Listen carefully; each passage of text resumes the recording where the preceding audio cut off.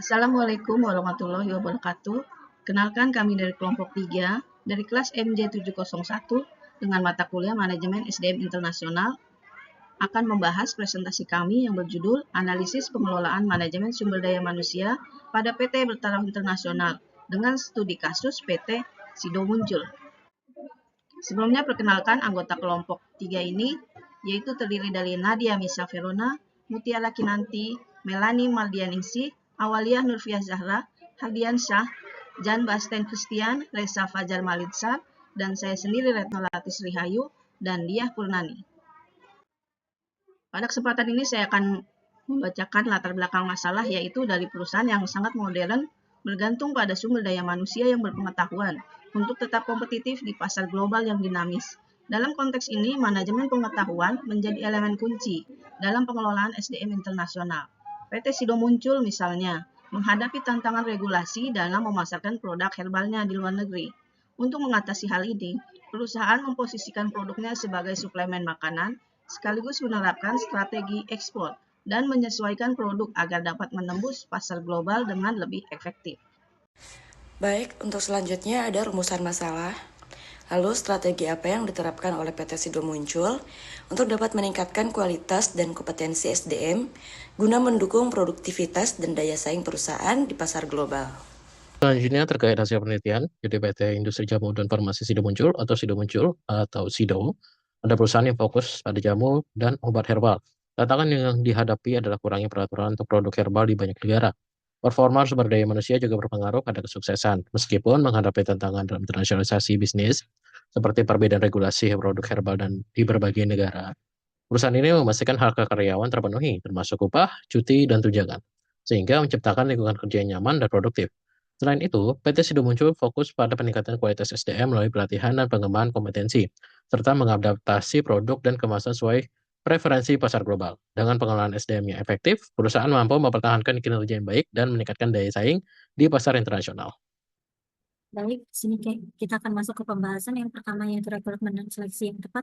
Untuk membangun tim yang unggul, perusahaan perlu melakukan rekrutmen dan seleksi sesuai kebutuhan strategis.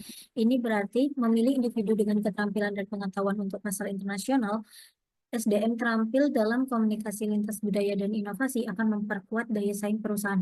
Yang kedua yaitu pelatihan dan pengembangan. Pelatihan dan pengembangan sangat penting untuk meningkatkan keterampilan karyawan dan menjaga relevansi dengan perubahan pasar global.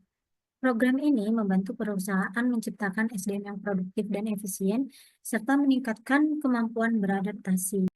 Lalu selanjutnya ada pembahasan yang ketiga, yaitu kompensasi dan penghargaan. Sistem kompensasi dan penghargaan yang kompetitif penting untuk menarik dan mempertahankan talenta terbaik, baik lokal maupun internasional. Perusahaan perlu menawarkan paket kompensasi menarik sesuai standar internasional, penghargaan yang adil dan berbasis kinerja, memotivasi karyawan untuk berinovasi dan memberikan kontribusi terbaik. Baik, selanjutnya masuk ke pembahasan. Untuk poin pertama yaitu PT Sido Muncul memiliki program pengembangan karyawan yang komprehensif termasuk pelatihan, mentoring, dan kesempatan promosi. Untuk poin kedua yaitu perusahaan memiliki kebudayaan yang kuat yang menekankan nilai-nilai seperti kerjasama, inovasi, dan pelayanan terbaik. Kemudian poin ketiga yaitu PT Sido Muncul memiliki sistem pengelolaan talenta yang efektif termasuk rekrutmen, seleksi, dan pengembangan karyawan. Kemudian yang terakhir yaitu perusahaan memberikan kompensasi yang kompetitif, fasilitas yang baik, dan kesempatan pengembangan karir, dan memiliki budaya inovasi dan adaptasi yang kuat yang memungkinkan perusahaan untuk terus berkembang untuk meningkatkan kinerja.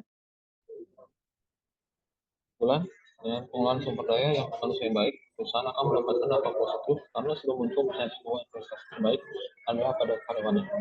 Dari analisis sumber daya manusia di perusahaan, saya simpulkan bahwa karya harus menguasai tugas tanggung jawab mereka. Karena itu diperlukan pelatihan agar tenaga kerja dapat lebih kompeten dan ahli di bidang masing-masing serta meningkatkan kinerja mereka. Dan demikian, proses pemanfaatan dan evaluasi karyawan menjadi sangat krusial baik karyawan tingkat rendah maupun tinggi yang perusahaan yang dapat mengolah manajemen sumber daya manusia dengan efektif sebelum memiliki kerja yang mendukung dan menghadapi perusahaan bisnis internasional.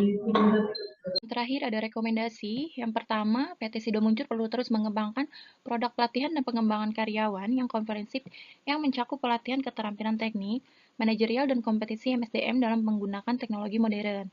Yang kedua, PT Sido Muncul harus berfokus pada pembangunan budaya organisasi yang inklusif dan inovatif di mana budaya yang inklusif akan mendorong kerjasama dan kreativitas di antar karyawan. Sementara budaya inovatif akan membuat perusahaan lebih adaptif terhadap perubahan pasar dan teknologi. Baik, sekian presentasi dari kelompok kami, kurang lebihnya mohon dimaafkan dan dipersilakan untuk pertanyaan-pertanyaan dari rekan-rekan semua. Terima kasih.